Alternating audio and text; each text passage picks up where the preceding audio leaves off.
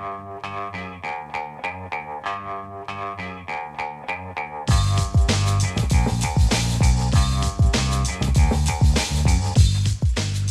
the Brian Lehrer Show on WNYC. Good morning again, everyone. New York Times political reporter Jeff Mays is joining us on his two latest articles about how some longtime Black and Latino leaders are dealing with the rise of DSA candidates in their gentrifying neighborhoods, and how Mayor Mamdani is trying to blend economic development with economic justice. Jeff, always good to have you. Welcome back to WNYC. And do we have you, Jeff? You there? I'm here. Can you hear me? Hold on. Now I can hear you. Thanks. Okay. Thanks for having me. I appreciate it.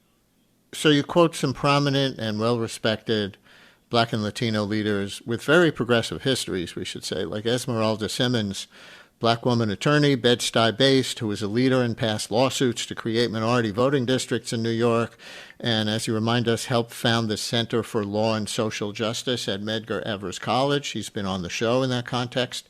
What's her concern as it represents the group of leaders you wrote about for this?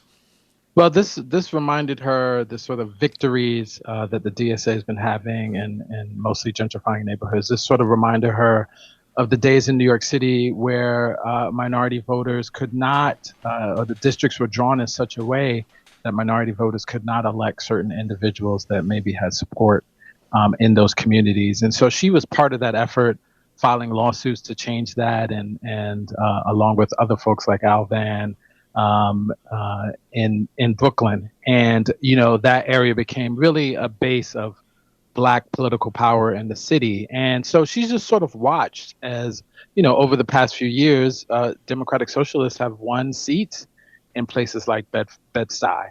You know, right now they're represented in the Senate by a socialist, and also represented in the Assembly by a socialist as well. And I think the concern from people like Ms. Simmons is that there might be a loss of what she calls self-governance, which is people's ability to sort of pick the representatives that they want. Right. You quote Simmons as concerned that the DSA seem to be papering over, quote, the opinions and the self-governance of the citizens in the area that they are sweeping over, unquote.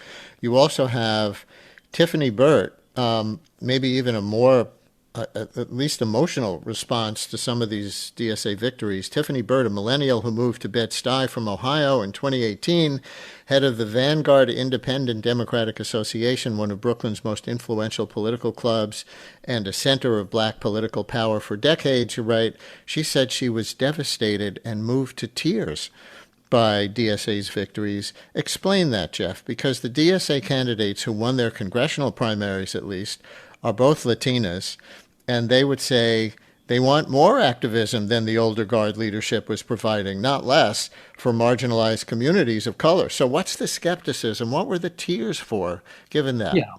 Yeah, I think you're right. You know, as I point out in the article, many of the candidates that DSA supports are Black and Latino. A lot of their victories were from Black and Latino candidates in these recent primaries. But, you know, someone like Tiffany is an interesting case. You know, she's a millennial.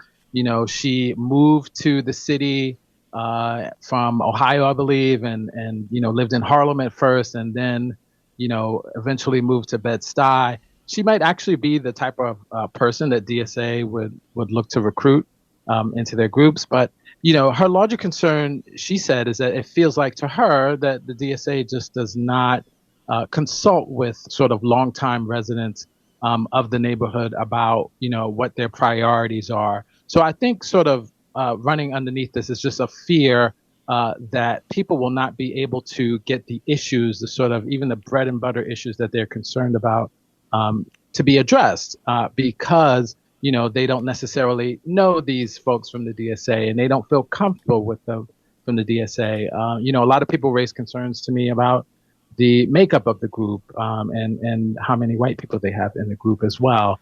So all of those concerns are sort of blending together, combining with what we're seeing in a lot of these neighborhoods is, you know, people leaving. 200,000 Black residents left the city from 2000 to now. And what we see is changing in these neighborhoods of who can get elected which candidates are popular and what issues are of concern to the residents.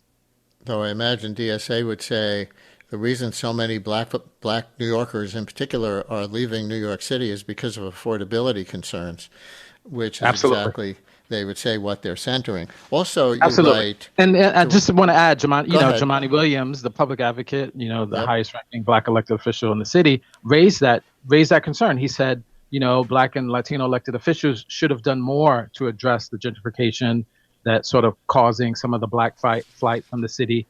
And, people are tired of it, and they're voting in a different way. So I think that's a very valid point that's been pointed out by people like Jumaane Williams, and even Jabari Brisport, who represents the Senate in Bed-Stuy, has made that point that black leaders have had a chance to do something about gentrification, but haven't been successful enough in halting it.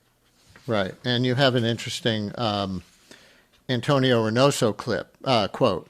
Right, he of course is the Brooklyn Borough president who lost that congressional primary to DSA-backed Claire Valdez, despite Reynoso's endorsement by the Working Families Party, which used to be the main left flank of the Democratic Party force. And Reynoso told you the best way to beat good organizing is with better organizing. So I guess I'm curious if you see any indication that the people with concerns who you quote are gearing up for future elections yet in different ways. Maybe it's much too early for that. Yeah, I spoke to Jasmine Gripper, the head of the WFP, and what she said was that, she spent the day after the primary on the phone with black and Latino elected officials, and many of them were looking for ways to maybe build up the WFP as some sort of alternative to DSA. It wasn't long ago that WFP was in the same position as DSA, where a lot of people felt they were sort of the gentrifiers coming in and trying to take over. That has since shifted a bit. But I think there is organizing afoot. Part of it is, I think, as these communities have changed, the traditional ways of organizing people through churches, through fraternities, through social networks has shifted. And so I think there hasn't been a response from more traditional Democrats on how to get out their voters. And DSA has been very good at organizing, having a slew of volunteers. Like my door got knocked 3 times for the Darreelitza Espaillat race. So they've been very good at that. And I think there is an acknowledgement among more traditional Black Democrats and Latino Democrats that they have been out organized. But it was weird in the Reynoso-Claire Valdez case that one was endorsed by the Working Families Party, the other was endorsed by the DSA, that they would be on different sides of any election. Have you reported on whether they actually stand for anything different, or are they two different groups with, maybe their historical bases in different communities, but who are fighting for the same things? I mean, I think that race is a fascinating example. Antonio Reynoso is considered a progressive. He helped found a sort of a democratic movement in Brooklyn that is now challenging the Brooklyn Democratic Party. He was on the Progressive Caucus in the city council. Well regarded as a progressive. I think the argument came from Claire that he wasn't progressive enough on certain issues. And Reynoso has argued, he has connections to the community. He's been there a long time. His family's from that area as well.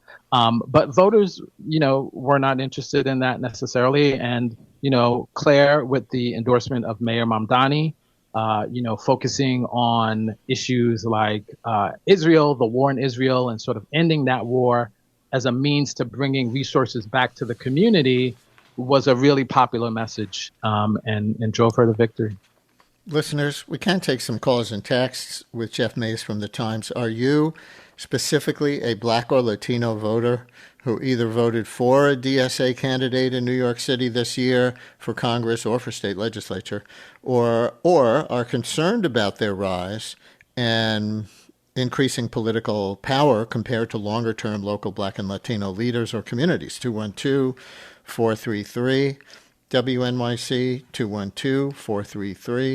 212-433-9692. Call or text. Is this generational, maybe, in your circles, with much of the rise of the DSA nationally as well as locally, being very generational. Did you see a split among the older or younger people in your family or community who you know? Or talk about Jeff's other article, which we will get to, at least briefly, on Mayor Mamdani's 2 new Economic Development Corporation appointees hoping to marry economic growth and economic justice. Anything else for New York Times Metro political reporter Jeff Mays, 212-433, WNYC 212-433-9692. The issue that you just raised, Israel-Palestine, you wrote, the angst speaks to a concern from some long-standing residents in rapidly gentrifying neighborhoods where democratic socialism is gaining a foothold that is being driven by a mostly white young movement that supports the Palestinian cause against Israel. And as traditional Black and Latino power in New York City seems to be eroding, leaders fear that their constituents' bread and butter issues may get overlooked. Unquote from your article. So did Mamdani or others in DSA respond on this concern that the Palestinian cause is crowding out local bread and butter issues? Because certainly DSA would argue, we've had it on the show and we had candidate forums during those races, that their issues are part of a whole that centers oppressed and marginalized communities here and overseas and relates locally because U.S. tax dollars that could be used for local relief or development are being sent to help what they see as oppression or genocide outside the United States.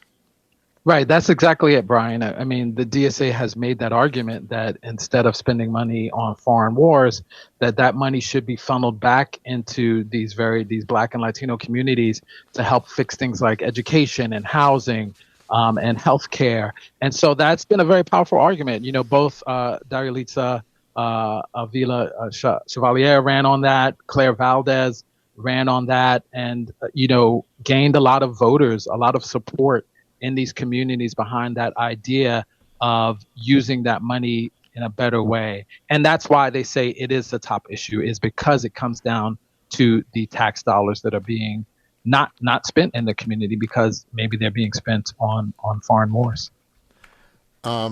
Here is, look who's calling in. It's Assembly Member Diana Morena in Astoria. You're on WNYC. That's DSA Central Astoria Assembly Member, right? Hi, welcome to the show.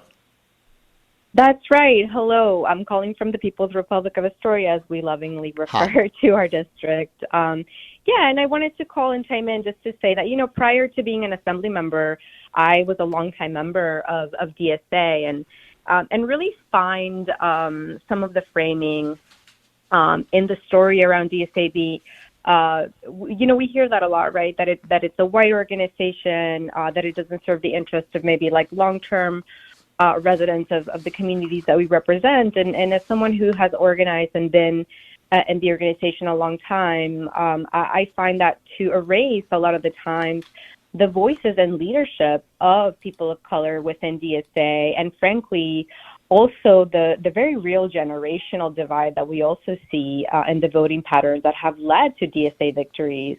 I think it's really important to recognize that young people of color are voting on the left at large margins because they've been left out of an economic system that has not allowed for us to save, that takes more of our money on rent and childcare, and it's part of the reason why we saw the raise with Darialitza and Claire Valdez be extremely successful with multiracial voters, especially those younger voters. And so I wanted to call in and mention that and really welcome any young people of color to join DSA and to organize with us, because we really are showing an alternative to a capitalist system that is leaving us behind. And maybe this is an example of a reason for DSA success. You use this call not only to make your point, but then to recruit for organizing. But exactly. but it's not like white conservatives who are expressing concern in Jeff's article. It's Esmeralda Simmons, as we discussed. It's Tiffany Burt, who we discussed, right? The head of Vanguard Independent Democratic Association, one of Brooklyn's most influential political clubs and a center of Black political power. So how do you understand that they feel like they're being marginalized by the rise of DSA?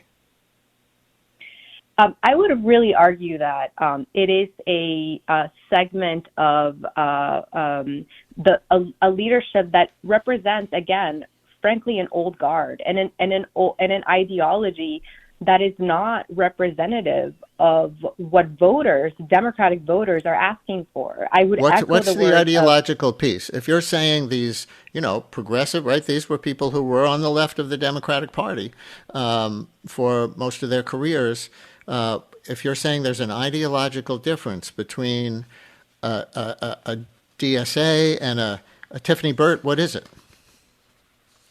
Well, I can't speak to myself and the ideology that, I think it aligns with DSA members, which is, again, we believe in a systemic change of again, a system that is only catering towards the interest of millionaires and billionaires in terms of our economic system, which is why one of our But again, main we're talking about campaigns is Esmeralda uplifted Simmons and expression. Tiffany Burt as examples, right?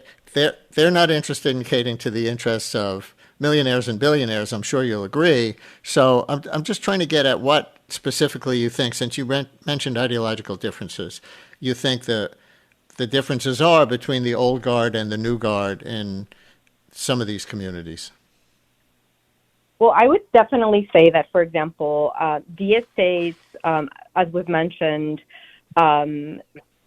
focus on taxing the rich. We want to tax the rich, but we connect that policy to the failures of the federal government, even in their foreign policy, right?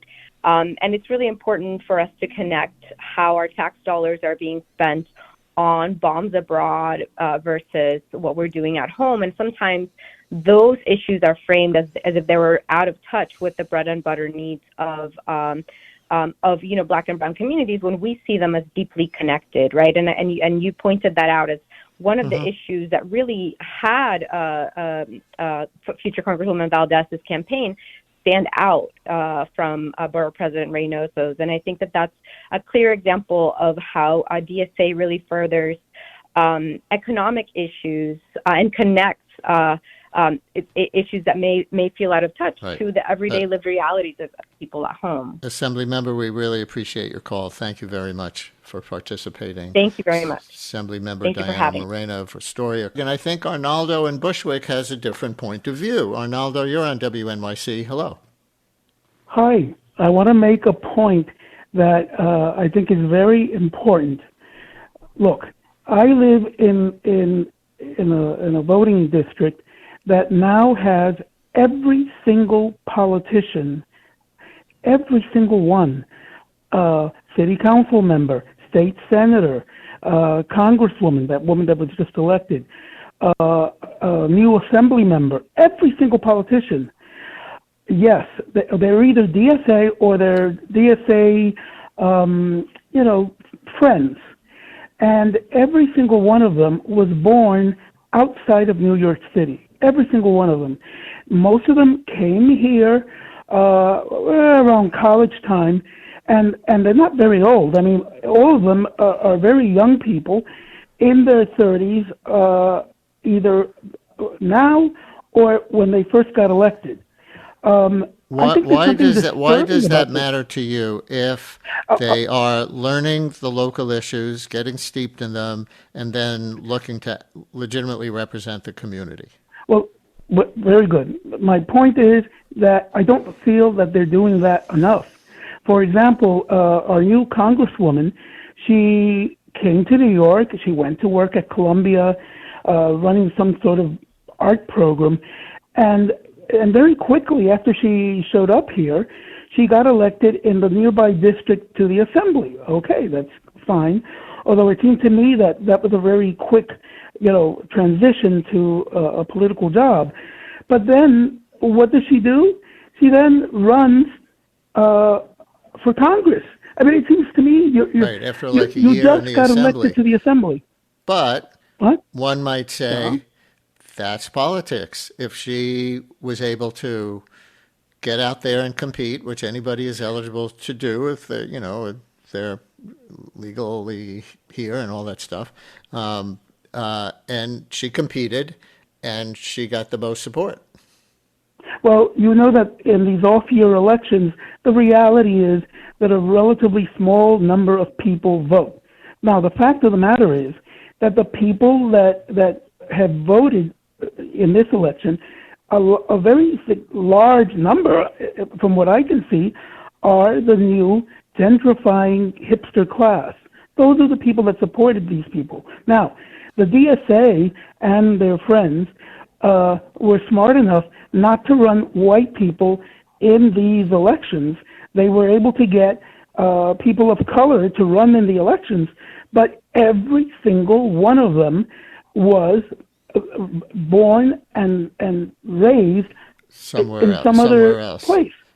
Arnaldo, thank you for your call. Very interesting contrast between those two callers, Jeff. You've probably heard many of the things that the Assembly member said and many of the things that Arnaldo and Bushwick said in the course of your reporting, right? Absolutely. Arnaldo's point of view about, the DSA members being, sort of young gentrifiers. Statistics bear out that they are higher educated, higher income than many of these communities they're moving into. But I just wanted to go back to something the Assemblywoman said.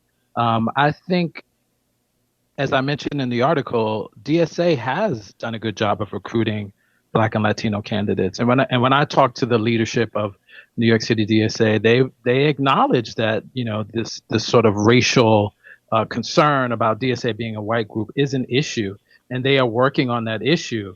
And certainly their victories have helped. You see in places like Daralitza's district, you see a larger number of Black and Latino socialists now joining the movement. But I think the larger problem is, to say that the concerns that these people have are maybe not valid is what I heard from a lot of people, that, that's why they feel that DSA doesn't listen to them or, doesn't necessarily always represent their concerns. A lot of Black and Latino leaders I spoke to talked about the specific ways in which race has been used to oppress people. And their concern is that the DSA is often more focused on class issues and not as focused on racial issues. DSA argues that their viewpoints and their positions do help Black and Latino people. But, for some people in the city, for some longtime residents, they still have that concern that their issues will not be addressed. That was a Bernie Sanders concern when he was running for president. He was speaking very much in terms of class, and to some degree, it didn't speak enough to the issues of racial inequality explicitly enough for certainly some blocks of Black voters and to a lesser degree Latino voters. Just on the white membership, you cite in your article a 2021 national survey of DSA members, which found that the group was 85% white. But on that, the local chapter, NYC-DSA, sent over to us last night some new numbers that they have, specifically because they knew we were going to have this conversation about your article today, and we shared these with you, so you saw that. Maybe you had it independently anyway.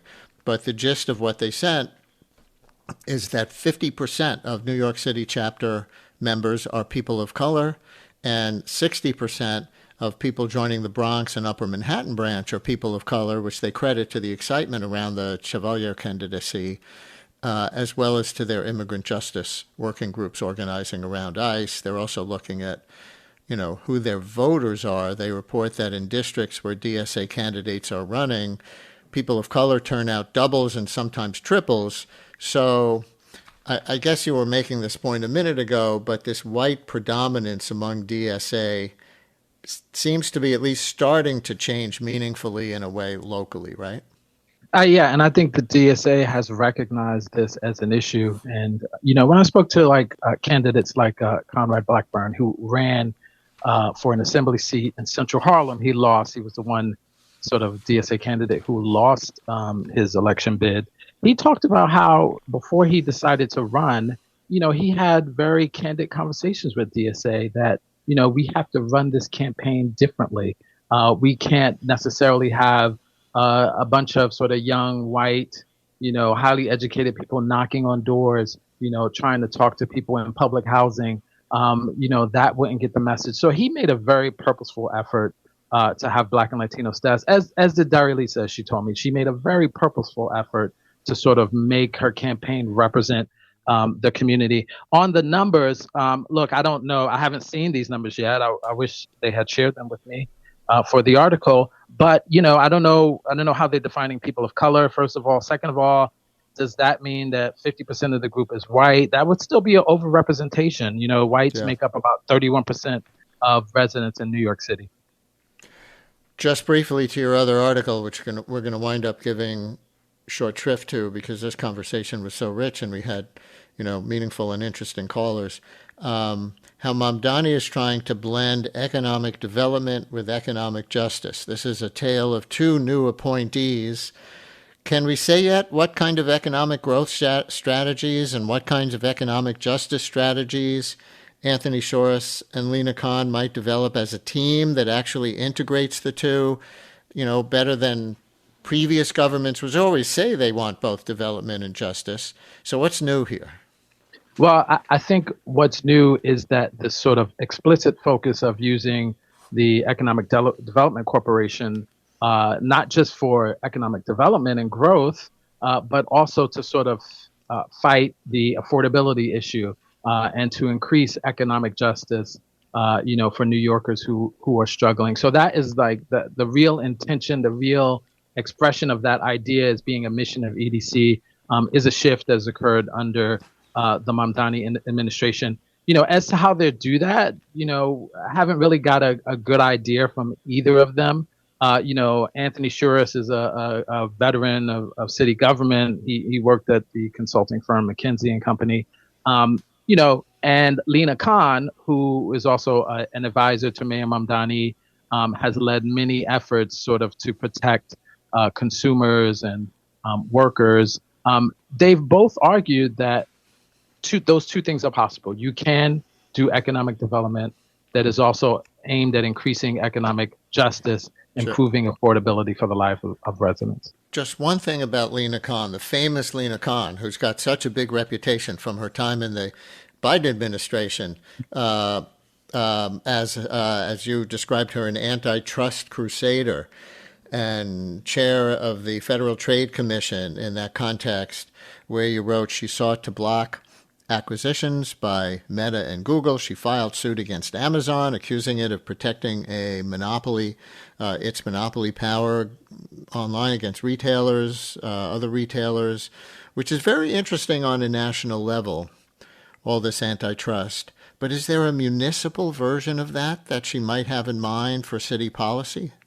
Well, I think if you look at what Mayor Mamdani has done in his first 6 months, is that he's rolled out a bunch of protections for renters, for consumers, making it easy to sort of cancel subscriptions. And he's made it clear that he wants to work on those issues that affect people's sort of everyday lives. So we've already seen that in this administration, that, they've had rental ripoff hearings, for example, to sort of talk to tenants to find out their concerns about housing in the city. So there has been a strong focus on the idea of sort of, on that issue, protecting consumers, workers, that sort of thing. Just quickly, Mayor Mamdani, this is indicative of him being very pragmatic, right? Like it's very similar to him retaining the police commissioner, Jessica Tisch, because there were some concerns about his policing beliefs.